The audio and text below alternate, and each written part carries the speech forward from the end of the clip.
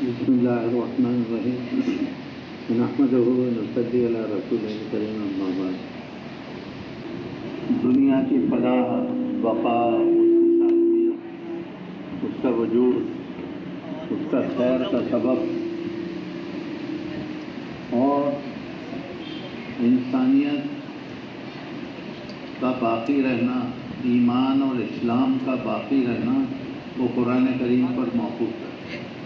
جب تک یہ قرآن کریم کی تعلیمات دی جاتی رہیں گی، آپ جیسے حضرات تعلیم کے دینے والے اور تعلیم کے حاصل کرنے والے اس سرزمین پہ موجود رہیں گے، انشاءاللہ اس وقت تک قیامت نہیں آئے گی۔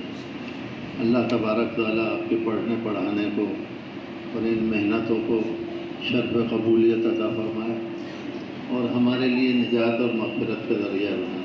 اس لیے آپ حضرات سے بڑے التماس اور بڑا مؤدبانہ درخواست ہے کہ اس کو مقصد بنا کر کے کریں۔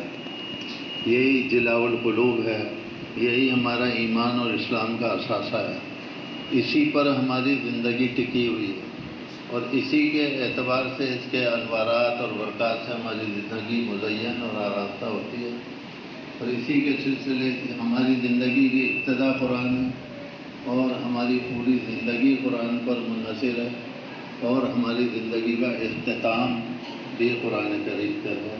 اللہ تبارک تعالیٰ آپ حضرات کے اساتذہ اکرام کو جو ہے بہت بہت نعمتوں سے سرفراز مالا مال فرمائے اور آپ حضرات کو خوب قرآن کریم کی محنت کرنے کی توفیق عطا فرمائے۔